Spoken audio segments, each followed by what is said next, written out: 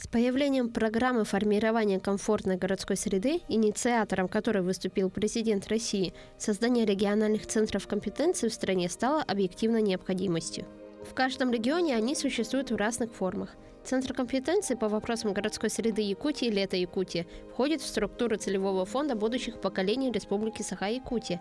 За 5 лет «Лето» стало объединяющим звеном, площадкой для диалога между всеми участниками городских преобразований для повышения индекса качества городской среды. Основным направлением является, конечно же, помощь муниципальному образованию по реализации программы формирования комфортной городской среды, и в целом по преобразованию городов и сел республики. Центр оказывает проектно-методологическую помощь муниципальным образованиям в подготовке и реализации комплексных проектов развития территорий.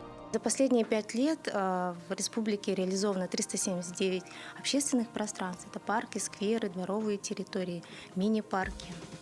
Появляются у нас в республике также благодаря конкурсу, всероссийскому конкурсу лучших проектов создания комфортной городской среды в малых городах и исторических поселениях. И у нас уже за это время 21 победа, привлечено более 1,5 миллиарда рублей на реализацию этих объектов. Одним из главных направлений работы Центра компетенции стала разработка мастер-планов. Последние 2 года стала разработка мастер-планов. Всего разработано 12 мастер-планов при участии Центра компетенций. Якутия является лидером на Дальнем Востоке по разработке мастер-планов. Мастер-план – это стратегический документ социально-экономического и пространственного развития города.